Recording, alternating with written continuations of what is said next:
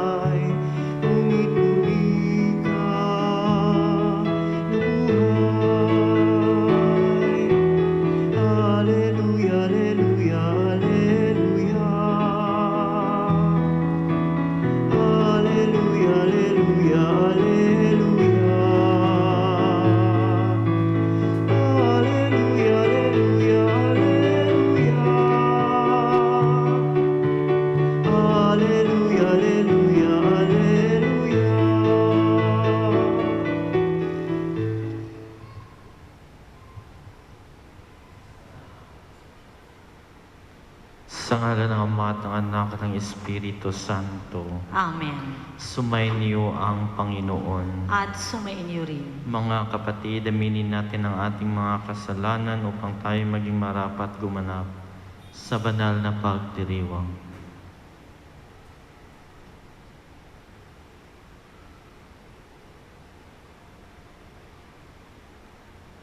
Panginoon, kaawaan mo kami. Panginoon, kaawaan mo kami. Kristo, kaawaan mo kami. Kristo, kaawaan mo kami. Panginoon, kaawaan mo kami. Panginoon, kaawaan mo kami. Kaawaan tayo ng makapangyarihan Diyos, patawarin tayo sa ating mga kasalanan at patnubayan tayo sa buhay na walang hanggan. Amen. Papuri sa Diyos sa kahitaasan.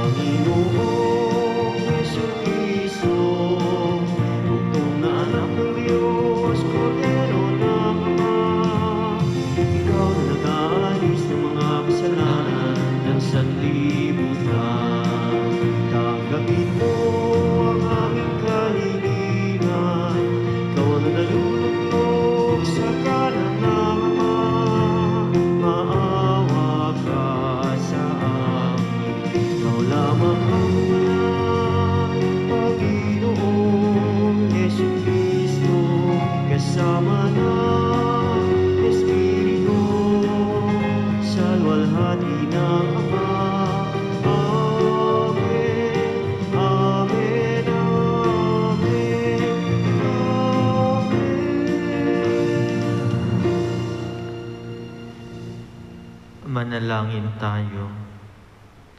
Ama naming makapangyarihan,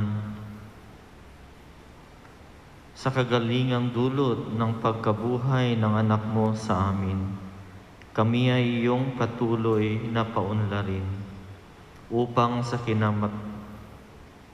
kinamtan naming paglayang walang maliw, kami magkaroon sa kalangitan ng kaligayahan na ngayon paman sa lupa ay siyang sanhi ng aming pagdiriwang. Sa pamamagitan ni Jesucristo, kasama ng Espiritu Santo, magpasawalang hanggan. Amen. Magsiupo ang lahat. Pagbasa mula sa Gawa ng mga Apostol. Noong mga araw ng Pentekostes, sinabi ni Pedro sa mga Hudyo, "Dapat malaman ng buong Israel na itong si Jesus na ipinako ninyo sa krus, siya ang ginawa ng Diyos na Panginoon at Kristo." Nabagabag ang kanilang kalooban nang marinig ito, at tinanong nila si Pedro at ang mga apostol, "Mga kapatid, ano ang gagawin namin?" Sumagot si Pedro, "Pagsisihan ninyo talikdan ang inyong mga kasalanan at magpabinyag kayo sa pangalan ni Hesukristo upang kayo'y patawarin. At ipagkakaloob sa inyo ang Espiritu Santo, sapagkat ang pangako'y para sa inyo at sa inyong mga anak, at sa lahat ng nasa malayo, sa bawat tatawagin ng Panginoong Diyos." Marami pa siyang inilahad upang patunayan ang kanyang sinabi, at nanawagan siya sa kanila, "Lumayo kayo sa masasamang lahing ito upang kayo'y maligtas." Kaya't ang mga naniwala sa kanyang sinabi ay nagpabinyag, at nadagdag sa kanila ang may 3,000 tao ng araw na iyon. Ang salita ng Diyos. Salamat sa Diyos. Awat pag-ibig ng Diyos sa sangkalupa ay lubos. Awat pag-ibig ng Diyos sa sangkalupa ay lubos. Panginooy tapat sa kanyang salita at maaasahan ang kanyang ginawa. Minamahal niya ang gawang matapat, ang pag-ibig niya sa mundo'y laganap. Awat pag-ibig ng Diyos sa sangkalupa ay lubos. Ang may takot sa Diyos ay nagtitiwala sa kanyang pag-ibig, ay kinakalinga. Hindi babayaang sila ay mamatay, kahit magtaggutom sila'y binubuhay. Awat pag-ibig ng Diyos sa sangkalupa ay lubos. Ang ating pag-asa'y nasa Panginoon. Siya ang sanggalang natin at katulong. Ipagkaloob mo na sa aming makamit, o puon ang iyong wagas na pag-ibig, yamang ang pag-asa'y sa iyo nasasalig. Awat pag-ibig ng Diyos sa sangkalupa ay lubos.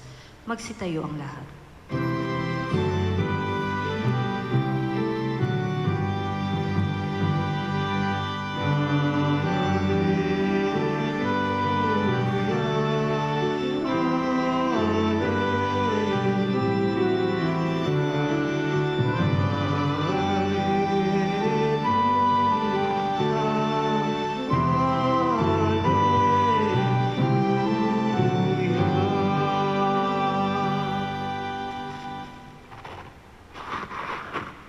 Sumainyo ang Panginoon. At sumainyo rin.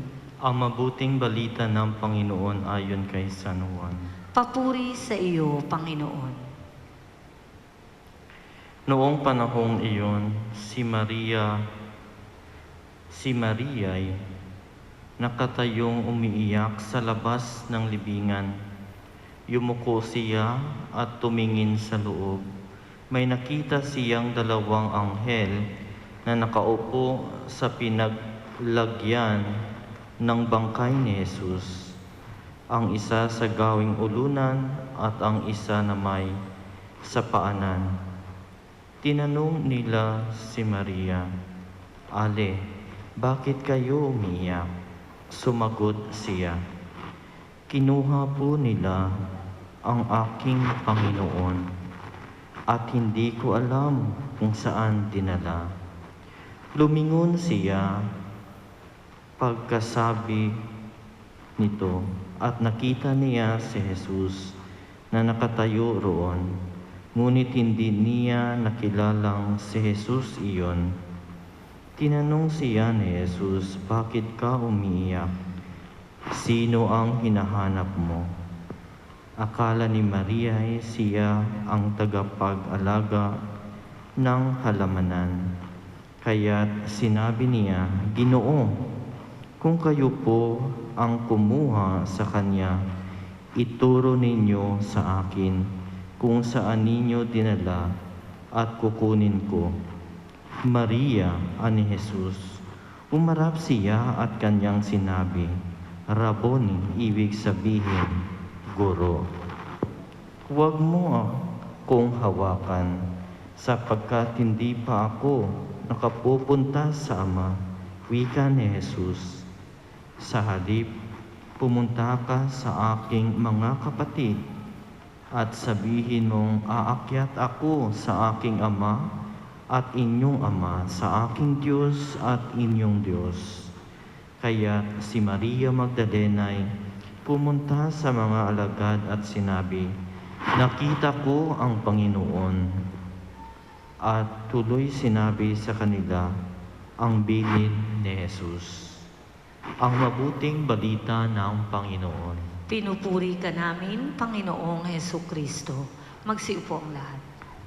Magandang hapon po sa inyong lahat. Malungkot ngayong araw, no? Sapagkat walang tao sa simbahan. Ngunit punong-puno ang ospital, siksik, liglig, at ang iba ay umaapaw. Ibig sabihin, hindi na natatanggap sapagkat sa sobrang dami ngayon ng may sakit. Naging katulad na ngayon tayo ni Maria na nagtatangis. May mga kapatid tayong nawalan, may mga kapatid tayong namatay, may mga kapatid tayo na may sakit, at ang minsan ang sakit ay hindi lang isa, tatlo, kundi buong pamilya. Kaya damang-dama natin ang pagtatangis sapagkat ang mga kapatid natin ay nagdurusa. Lahat ay ating kapatid, kaya po kung nakikita ninyo sa ating news, tayo'y nasasaktan sapagkat meron, kapag iba walang panggastos ay namamatay na lamang. Kahit oxygen, nahihirapan silang kumuha. Mga kapatid ko po kay Kristo, sa ating ebanghelyo, si Maria ay umiiyak. Siya po ay umiiyak. Alam niyo, according sa sulat ni St. Thomas Aquinas, ang pagtangis daw ni Maria dahil kay Jesus bilang isang tao na namatay at nawala. Kaya siya nagtatangis sapagkat may pinagsamahan sila. Hindi niya nakita na si Jesus ay nabuhay. Si Jesus namatay at muling nabuhay. At yun, at nung nilapitan niya o nakita niya na si Jesus, gusto niya sanang hawakan. Sabi ni Jesus, huwag mo muna akong hawakan. Para kay Maria, si Jesus, kung ano ang pagkakilala niya, bago pa ang pasyon at pagkamatay ni Jesus, yun ang gusto niyang ipadama kay Jesus.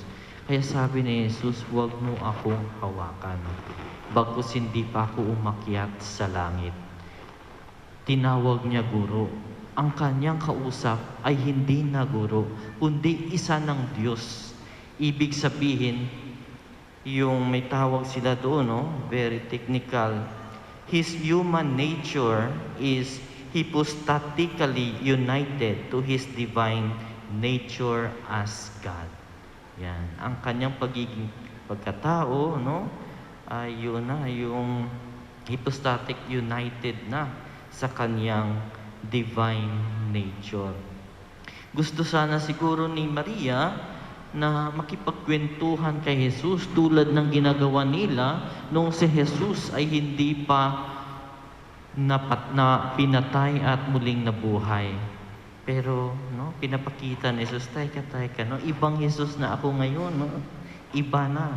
Hindi ibig sabihin na nagbago si Jesus, kundi what I'm trying to say, yung ika nga kanina, hypostatically united to His divine nature. Kaya sabi niya, teka lang, huwag mo akong hawakan. Mga kapatid ko po kay Kristo, sa ating ebanghelyo, ipinapakita dito, na si Jesus ay isa ng Diyos, ganap na sapagkat namatay na siya. At siya po, hindi naman ibig sabihin na hindi siya Diyos. Si Jesus ay totoong tao at totoong Diyos. No? I-clarify natin yan. No? Totoong tao. Pero yung namatay at siya'y muling nabuhay. At doon sinabi niya sa kay Maria, pumunta ka sa aking mga kapatid. Pagkatapos magkikita-kita kami doon. Ibig sabihin, nung siya iniwan, dahil siya'y hinuli, siya'y pinako, iniwan siya ng kanyang mga alagad, tinawag niya pa ring kapatid. Hindi siya nagtanim ng galit. Yun yung pinakamaganda dito, no? Sapagkat ang Diyos ay isa pa rin, no? Kahit na tinakwil, iniwan, siya pa rin ang tawag niya sa taong nagtraidor sa kanya. Tawag niya pa rin ay kapatid. Kaya po sana tayo ganun. Kapag may mga kalaban, may mga kaaway tayo, huwag nating isipin na kaaway natin yan. Nagiging kaaway dahil sa tawag pa lang natin, kaaway ko yan. Di ba? Kapag nagsagutan lang sasabihin mo, ay kaaway ko yan. Ano bang kaaway? Ang kaaway ay dapat, dapat paalisin, dapat hindi manalo, dapat unahan na, ganun. Pero si Jesus hindi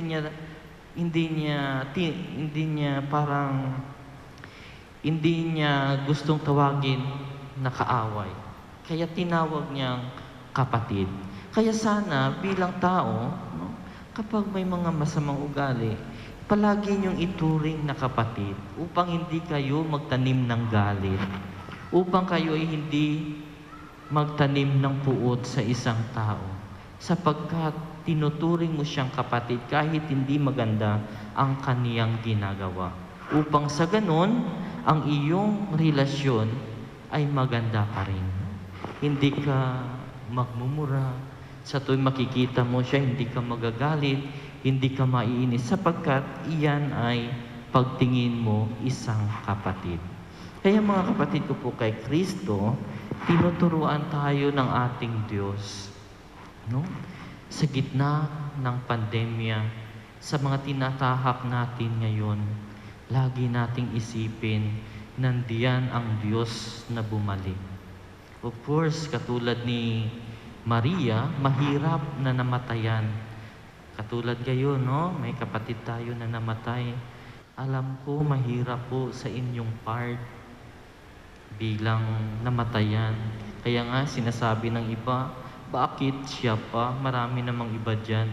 Kung ayaw nyo nga, di po ayaw din. Parang ibig sabihin, sana iba na lang. Alam naman natin na ang buhay ng tao ganun talaga. Pero lagi nyong tatandaan, ang kamatayan ay dadaan lamang. Hindi yan habang buhay. Kaya may tinatawag tayo, resurrection. Magkikita-kita muli tayo sa wakas ng panahon. Ang kamatayan ay sadyang dadaan lamang upang matanggap natin ang buhay na walang hanggan. Kaya po sa taong namatayan, lagi niyong tandaan, ito'y panandalian lamang. Magkikita-kita muli kami sa wakas ng panahon. Kapag dumating na si Jesus at bubuhayin ang mga namatay. Kaya po, napakaganda na dapat ang bawat relasyon natin ay maganda sa bawat isa. At ang bawat isa sana ituring nila ang kanilang kapwa na kanilang kapatid. Ano ba ang meron kapag kapatid mo ang isang tao? Kung ang iyong kapatid nagugutom, kakainin mo na, ibibigay mo pa sapagkat ayaw mong makita ang iyong kapatid na nagugutom. Bakit minsan hindi tayo magbigay? Dahil ang tingin natin sa ibang tao ay iba, hindi natin kapatid. Ay, hindi naman kadugo, hindi ko yan kaano-ano, Kaya bahala siya sa buhay niya. Dahil hindi natin tinitignan na sila ay ating kapatid, kaya napakadali lang gawin, na hindi tumulong, na pabayaan ang mga tao o ibang tao dahil hindi naman natin kapatid bago siya ay iba sa atin. Kaya mga kapatid ko po kay Kristo, Napakaganda ng ating ebanghelyo. Maraming interpretasyon. Depende kung paano nating pagnilayan ito. Kaya po sana sa pagnilay-nilay natin, palagi nating tignan kung ano bang ginawa ni Jesus. Hindi siya nakilala ni Maria, pero tinawag niya si Maria. Kaya po, no? Kaya nakilala siya ni Maria. Kaya pala, sa ating paghihirap, sa ating pagdurusa, tinatawag tayo ng Diyos upang siya ay makilala natin, upang sa ganon ay tayo mabigyan muli ng lakas dahil nandyan si Jesus. Kaso lang, minsan tinatawag na tayo, hindi pa natin siya nakikilala. Minsan ang lakas-lakas na ng kanyang tinig, pero binabaliwala pa rin natin. Alam niyo, naranasan ko ito yung may isang pare, no? Hindi ko lang isasabihin yung pangalan. Ang pare ito, very simple lang, no? Nakaupo lang. Hindi pa ako seminarista noon, papasok pa lang ako. May nakita kong pare, no? Nakaupo sa gilid ng convent, madilim, nakaupo. Tapos yung damit niya boysen, no? Yung pintura. Tapos nakapantalon. As in, no, na hindi mo akalain. Akala ko nga, guard or yung simpleng tao lang. Kinausap ko naman siya, no? Pero yung pagkakausap ko sa kanya, normal, parang normal na tao lang, no? Na walang po, walang. Alam niyo, nung tinawag na siya ng convent boy, Father, no? Kain na po kayo. Wala, pare pala iyon. Doon na nag-iba ang aking, no? The way na kausapin siya. Kaya ito din sa ating ebanghelyo. Nung tinawag ay nag-iba din ang kanyang pananaw. Hindi lamang gardener, kundi isang Diyos na muling nabuhay. Kaya mga kapatid ko po kay Kristo, si Jesus ay nabuhay. Lagi niyong tandaan yan. Walang puwang sa atin ang kamatayan. Ang paghihirap ay sadyang panandalian lamang. Ang, ano yung tawag nito? Yung mananatili ay yung buhay. Kaya po sa mga namatayan, condolence po sa inyo. Sana huwag kayong mawala ng pag-asa. Magkikita-kita muli tayo sa wakas ng buhay. Magsitayo ang lahat.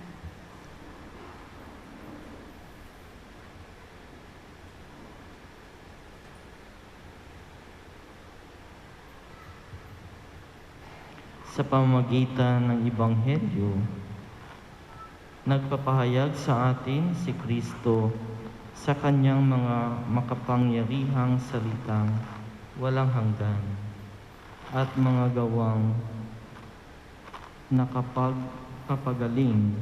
Sa pamamagitan niya, buong pagtitiwala tayo ay manalangin sa Ama at ang ating itutugon. Panginoon, dinggin mo ang aming panalangin. Panginoon, dinggin mo ang aming panalangin. Ang simbahan naway patuloy na magturo ng katotohanan ni Kristo at labanan ang mga kasamaan ng ating panahon. Manalangin tayo sa Panginoon. Panginoon, dinggin mo ang aming panalangin. Ang mga namumuno sa mundo naway magtaguyod ng pagiging matuwid sa kanilang mga pamahalaan at maging masigasig sa pagsugpo ng kasamaan sa mga pamayanang pinangakuan nilang paglingkuran. Manalangin tayo sa Panginoon. Panginoon, dinggin mo ang aming panalangin. Tayong lahat na natitipon dito, naway manatiling tapat sa ating mga pangako sa binyag.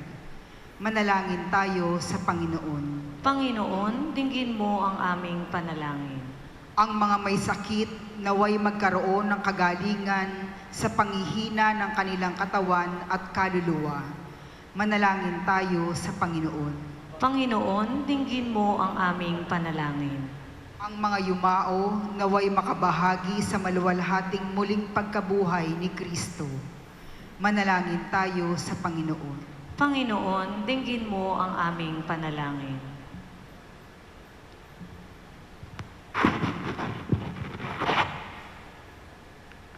O Diyos, sa pamagitan ng kamatayan ng iyong anak, ibinigay mo sa amin ang pag-asa sa buhay na walang hanggan. Loobin mo na sa pamagitan ng kanyang muling pagkabuhay, ay matamo namin ang buhay na aming inaasahan. Hinihiling namin ito sa pamagitan ni Kristo na aming Panginoon. Amen. Magsiupo ang lahat.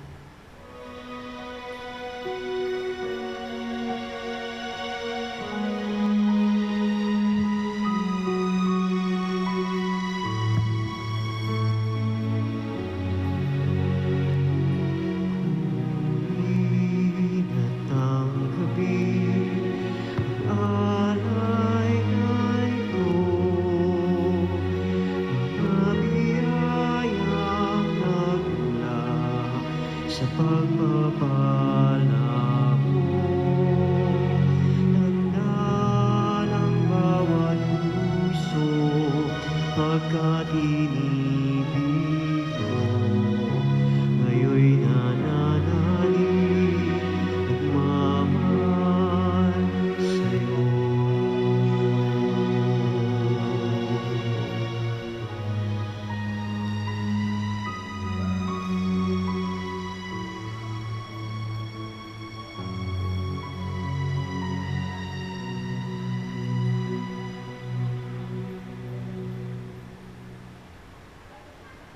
Magsitayo ang lahat. Manalangin kayo mga kapatid upang paghahain natin ay kalugdan ng Diyos Amang makapangyarihan. Tanggapin nawa ng Panginoon itong paghahain sa iyong mga kamay, sa kapurihan niya at karangalan, sa ating kapakinabangan at sa buong sambayanan niyang banal. Ama naming lumikha, tanggapin mo at kalugdan ang mga alay na iyong angkan, upang sa tulong ng iyong paglingap at pagsubaybay, ang bigay mo sa aming puhunan ay hindi masayang, kundi tumubo pa ng mga kaloob mong walang katapusan sa pamamagitan ni Heso Kristo, kasama ng Espiritu Santo, magpasawalang hanggan. Amen. Sumainyo ang Panginoon. At sumainyo rin. Itaas sa Diyos ang inyong puso at diwa. Itinaas na namin sa Panginoon.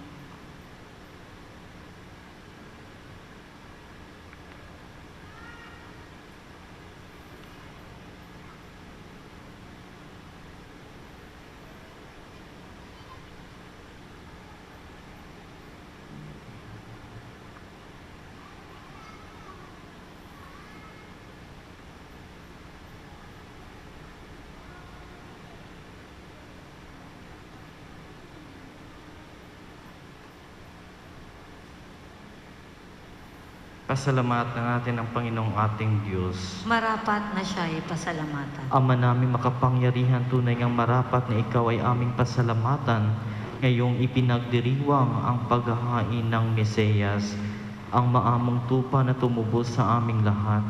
Siya'y talagang maaasahan at ang katapatan niya sa pananagutan ay siyang bumago sa dating pamumuhay sa sangkatauhang namihasa sa pagkasalawahan. Ang dangal ng tao ay ganap na itinampo upang mamana namin sa pakikipagkapatid kay Jesus. Kaya kaisa ng mga anghel, nagsisiawit ng papuri sa iyo. Nang walang humpay sa kalangitan, kami nagbubunyi sa iyong kadakilaan.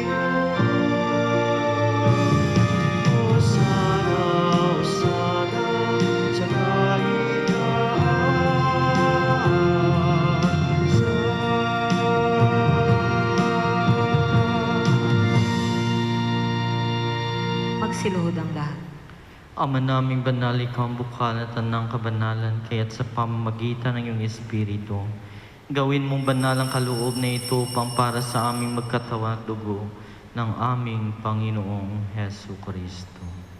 Bago niyang pinagtiis ang pusang loob na maging handog, hinawakan niya ang tinapay, pinasalamatan kaniya, pinaghati-hati niya iyon, iniabot sa kanyang mga alagad at sinabi, "Tanggapin ninyong lahat ito at kanin.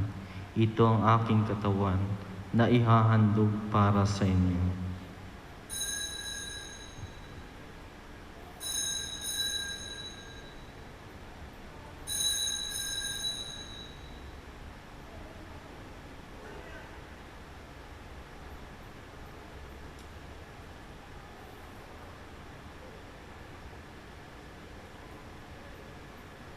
Gayon din naman nung matapos ang hapunan, hinawakan niya ang kalis. Muli kaniyang pinasalamatan, iniabot niya ang kalis sa kanyang mga alagad at sinabi, "Tanggapin ninyong lahat ito at inumin. Ito ang kalis ng aking dugo na bago't walang hanggang tipan. Ang aking dugo ni bubuhos para sa inyo at para sa lahat, sa kapagpapatawad ng mga kasalanan. Gawin ninyo ito sa pag-alala sa akin."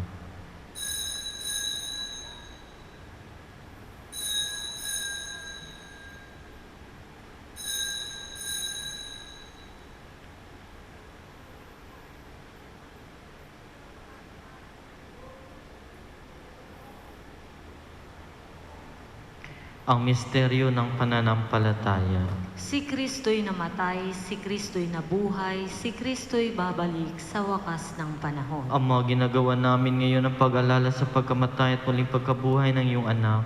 Kaya't inialay namin sa iyo ang tinapay na nagbibigay buhay at ang kalis na ikakaloob ng kaligtasan. Kami nagpapasalamat dahil kami yung minarapat na tumayo sa harap mo para maglingkod sa iyo. Isinasamo namin kami magsalo-salo sa katawan at dugo ni Kristo ay mabuklod sa pagkakaisa sa pamamagitan ng Espiritu Santo. Amalingapin mo ang iyong simbahan laganap sa buong daigdig. Puspusin mo kami sa pag-ibig, kaisa ni Francisco na aming Papa, at ni Jose na aming Obispo at ng Tanang Kaparian. Alalahanin mo rin ang mga kapatid naming nahimlay na may pag-asang sila'y muling mabubuhay. Gayon din ang lahat ng mga pumanaw, kaawan mo sila at patuloyin sa iyong kaliwanagan. Kaawan mo at pagindapatin kaming lahat na magkasalo sa iyong buhay na walang wakas. Kaisa na mahal na Birhen Maria na Ina ng Diyos, ng kabiyak na puso niyang si San Jose. Kaisa ng mga apostol at ng lahat ng mga banal na namuhay dito sa daigdig na kalugod-lugod sa iyo. Maipagdiwang nawa namin ang pagpupuri sa ikararangal mo sa pamamagitan ng iyong anak na aming Panginoong Hesu Kristo. Sa pamamagitan ni Kristo kasama niya at sa Kanya, ang lahat ng parangal at papuri ay sa iyo, Diyos amang makapangyarihan, kasama ng Espiritu Santo, magpasa walang hanggan. Amen. Sa Magsitayo tagubili na. naman nakagagaling na utos at turo ni Jesus na Panginoon natin at Diyos, ipahayag natin ang lakas loob.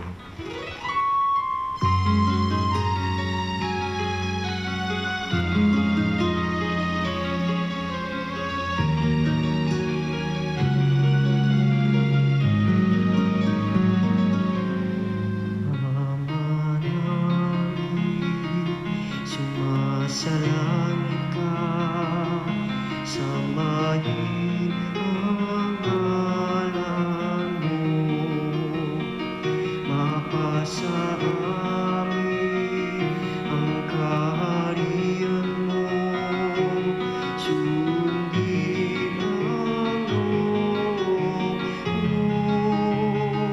dito sa lupa para lang sa langit. Bigyan mo kami ngayon na aming kakayahan.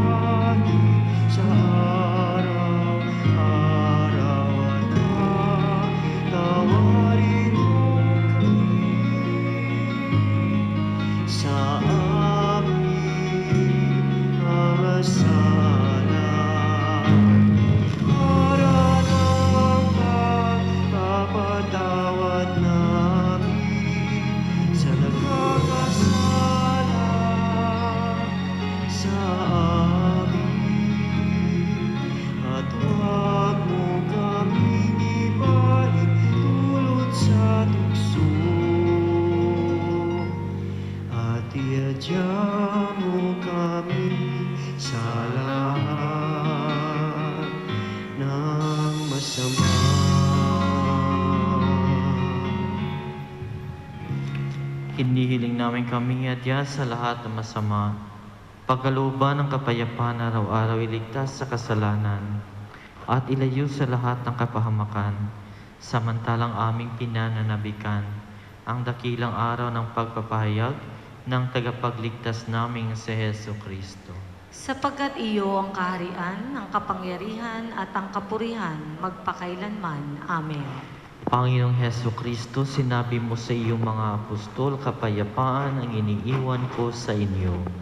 Ang aking kapayapaan ibinibigay ko sa inyo. Tunghayan mo ang aming pananampalataya at huwag ang aming pagkakasala. Pagkalooban mo kami ng kapayapaan at pagkakaisa ayon sa iyong kalooban. Kasama ng Espiritu Santo magpasawalang hanggan. Amen. Ang kapayapaan ng Panginoon ay laging sumainyo. At sumaiyo rin. Magbigayan kayo ng kapayapaan sa isa't isa. Peace. Kordero ng Diyos na nag-aalis sa mga kasalanan ng sanlibutan, maawa ka sa amin. Kordero ng Diyos na nag-aalis ng mga kasalanan ng sanlibutan, maawa ka sa amin. Kordero ng Diyos na nag-aalis ng mga kasalanan ng sanlibutan, ipagkaloob mo sa amin ang kapayapaan. Magsiluhod ang lahat.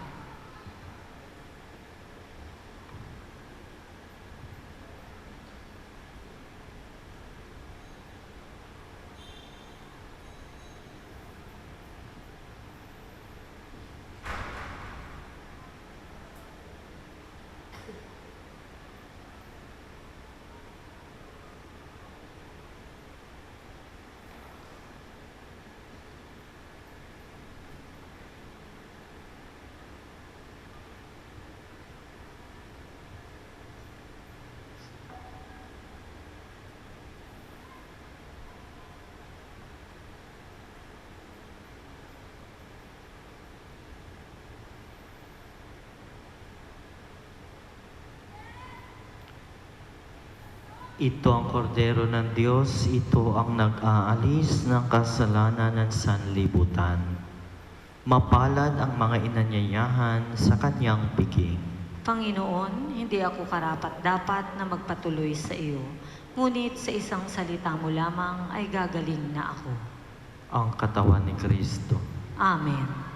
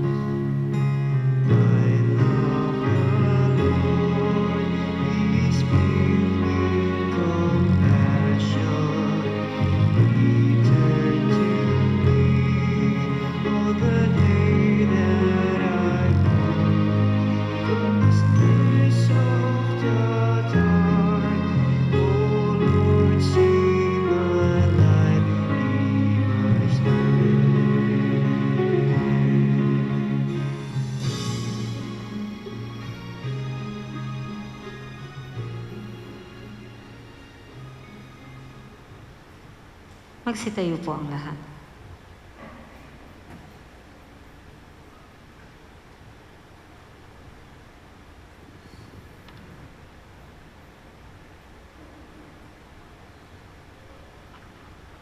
Manalangin tayo.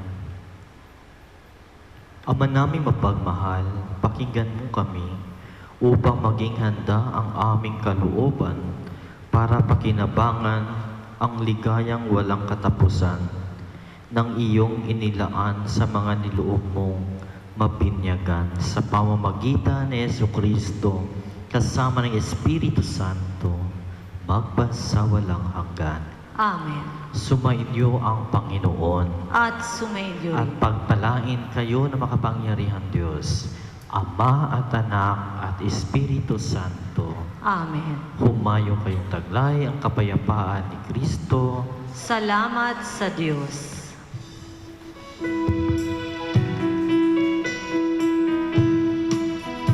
I will sing forever of your love, O Lord. I will celebrate the wonder of your name.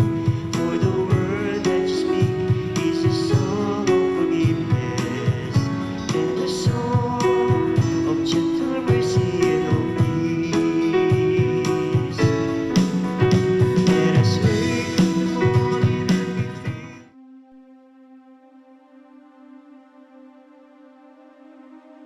Mahabagin at mapagmahal na Ama, nagsusumamo kami sa iyo upang hilingin ang iyong patnubay laban sa COVID-19 na nagpapahirap sa marami at kumitil na ng maraming buhay. Tungayan mo kami ng may pagmamahal at ipagadya kami ng iyong mapaghilom na kamay mula sa takot sa karamdaman at kamatayan. Itaguyod mo kami sa pag-asa at patatagin sa pananampalataya. Gabayan mo ang mga dalubhasang naatasan na tumuklas ng mga lunas at paraan upang ihinto ang paglaganap nito. Nagpapasalamat kami sa mga bakunang naisulong sa patnubay ng iyong mga kamay. Pagpalain mo ang aming mga pagsisikap na mawakasan ng mga bakuna ang pandemya sa aming bayan. Patnubayan mo ang mga lumilingap sa may sakit upang ang kanilang pagkalinga ay malaki pa ng husay at malasakit. Pagkalooban mo sila ng kalusugan sa isip at katawan, katatagan sa kanilang paninindigang maglingkod at ipagsanggalang sa karamdaman. Itinataas namin ang mga nagdurusa, makamtan nawa nila ang mabuting kalusugan. Lingapin mo rin ang mga kumakalinga sa kanila. Pagkamitin mo ng kapayapaang walang hanggan ang mga pumanaw na. Pagkalooban mo kami ng biyaya na magtulong-tulong tungo sa ikabubuti ng lahat. Ukawin sa amin ang pagmamalasakit sa mga nangangailangan. Sa pagdamay at malasakit namin sa bawat isa, malampasan nawa namin ang krisis na ito at lumago sa kabanalan at pagbabalik loob sa iyo.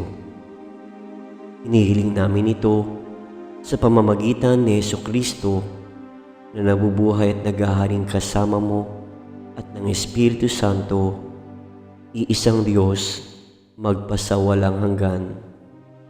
Amen. Dumudulog kami sa iyong patnubay, mahal na Ina ng Diyos. Pakinggan mo ang aming makahilingan sa aming pangangailangan at ipagadya mo kami sa lahat ng kasamaan, maluwalhati at pinagpalang Birhen. Amen. Mahal na Birhen, mapagpagaling sa may sakit, ipanalangin mo kami. San Jose, ipanalangin mo kami. San Rafael Arcangel, ipanalangin mo kami. San Roque, ipanalangin mo kami. San Lorenzo Ruiz, ipanalangin mo kami. San Pedro Calungsod, ipanalangin mo kami.